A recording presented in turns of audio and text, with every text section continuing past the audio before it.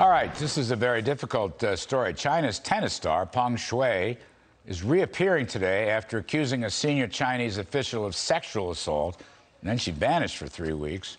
Maybe she's come back. I don't know about that. Our next guest among them have been calling for a U.S. boycott of the Beijing Olympics. Joining us now is our great friend, Senator Marsha Blackburn of Tennessee. Thank you, Senator Blackburn. We were talking about this on the radio Saturday. Let me just ask you, as the story kind of advances, this supposed connection with the IOC, International Olympic Committee. Peng Shuai says she's okay, and here she is. Do you buy it? I mean, do you think she's okay? Do you think that she's not cooped up, or what?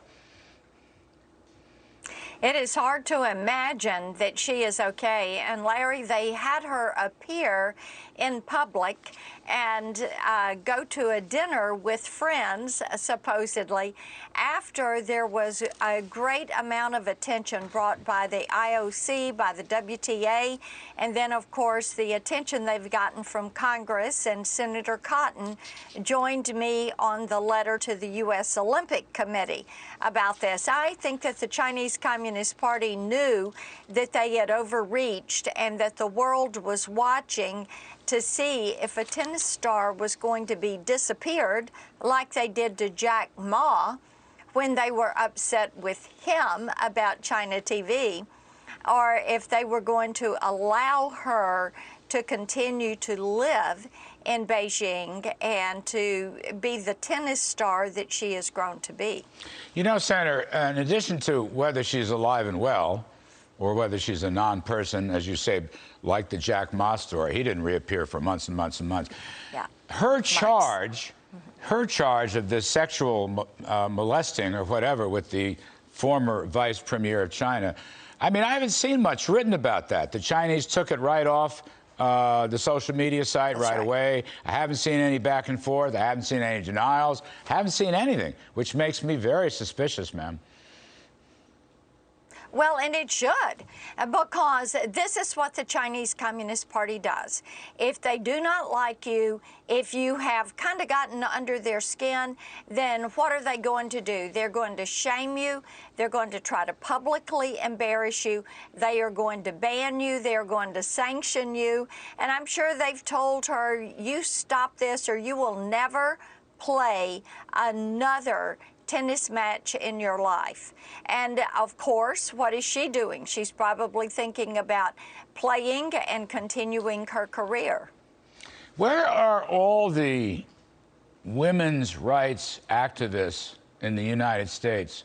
Why aren't they screaming for this guy's head, for China's head, and defending her? Where are they, Senator Blackburn? Yeah.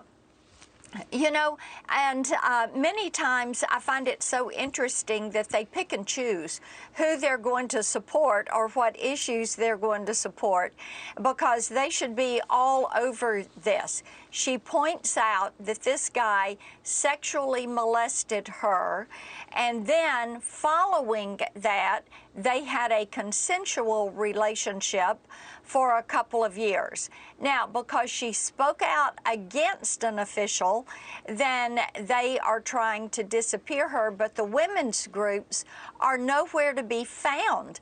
And the amount of inconsistency there, it is almost as if you have to be a part of the liberal wing in order for them to support you. We have seen this in business, we've seen it in sports, we see it in politics and in government, and you have to be submissive to the agenda of the left, or the women's rights organizations will not be supportive of you and your claims. So now we've got also a good editorial today by this pro basketball player, Enes Kanter. He's with the Boston Celtics. He was with the New York Knicks briefly.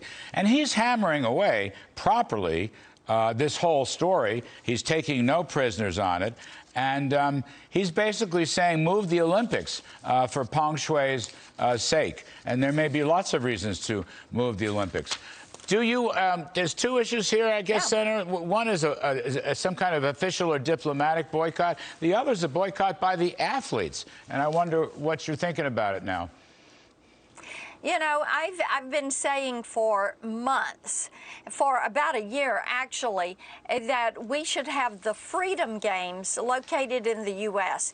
and invite athletes here to participate.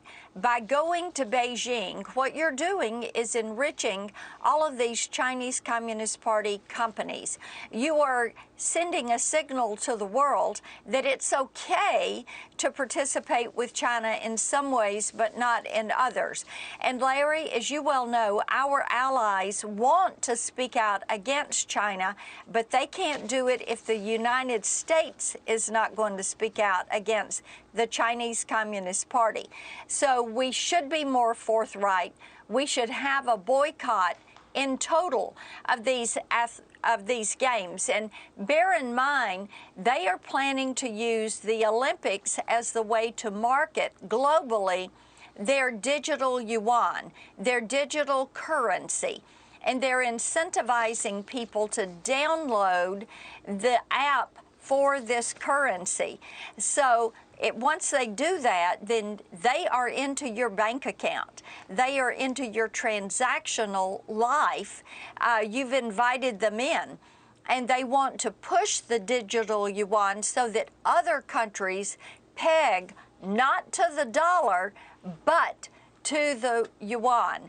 So this is a dangerous move on a lot of fronts. And for me, the concern for these athletes, their safety, their physical safety, their security, their health, their well-being, this would far outweigh being there to compete for the Olympics. Yeah, well, dictators love Olympics. I mean, it's like Leafy Riefenstahl filming the German Olympics in 1936 with Hitler and the Nazis. Last one, though, Senator. What is the Biden's official position on this? I don't know that I know what their view is. They haven't really given.